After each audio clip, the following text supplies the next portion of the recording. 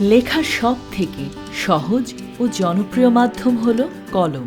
কলম তৈরির উপাদান শেষ পর্যন্ত গিয়ে ঠেকেছে প্রকৃতির প্রধান শত্রু প্লাস্টিকে। পরিত্যক্ত কলম প্রকৃতির জন্য কিন্তু কম ঝুঁকিকর কিছু নয়। সেই কলমকে প্রকৃতির বন্ধু বানিয়ে দেখালেন যশোর লনপাড়া নিবাসী গৃহিণী নাসিমা আক্তার। ছোটবেলায় পড়াশোনা বন্ধ করতে বাধ্য হলেও নাসিমা হতাশ হয়ে থেমে যাননি। স্বামী চাকরি থেকে অবসর নিয়ে তার গচ্ছিত সব অর্থ মাছের ব্যবসায় লগ্নি করেন, কিন্তু বিরাট লোকসানে পড়ে বন্ধ হয়ে যায় পরিবারের একমাত্র আয়ের পথ। ছেলে আর মেয়েকে নিয়ে এক অনিশ্চিত পথের মোড়ে এসে দাঁড়ান নাসিমা। শুরু করেন এমন একটি আয়ের পথ খুঁজার যাতে তাকে বাড়ির বাইরে কাজ করতে হবে না। নাসিমা বের করেন এক অভিনব বুদ্ধি।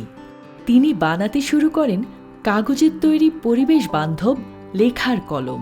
নির্দিষ্ট মাপে কাগজের ফালি করে আঠা দিয়ে কাগজ পেঁচিয়ে পেঁচিয়ে তৈরি করেন এমন এক কলম যা প্রকৃতিতে ফেললে তার অধিকাংশ অংশ মাটিতে মিশে যাবে। কলমের এক মাথায় একটি বীজ ঢুকিয়ে দেন নাসিমা।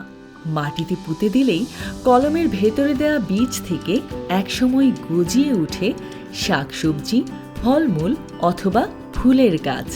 সন্তানদের উৎসাহেই 2017 সাল থেকে ধীরে ধীরে শুরু করেন পরিবেশ বান্ধব কলম বিক্রি। বর্তমানে প্রতি সপ্তাহে নাসিমা বিভিন্ন প্রতিষ্ঠানে প্রায় 4000-এর মতো কলম বিক্রি করেন। স্থানীয় স্টেশনারি দোকানগুলোতে বিক্রি হয় 1000-2।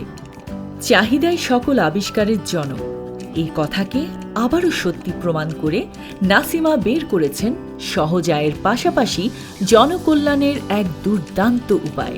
পরিবেশ বান্ধব এমন এক অসাধারণ বিষয়কে জনপ্রিয় করে নাসিমা জিতে নিয়েছেন আমাদের ভালোবাসা আর শ্রদ্ধা।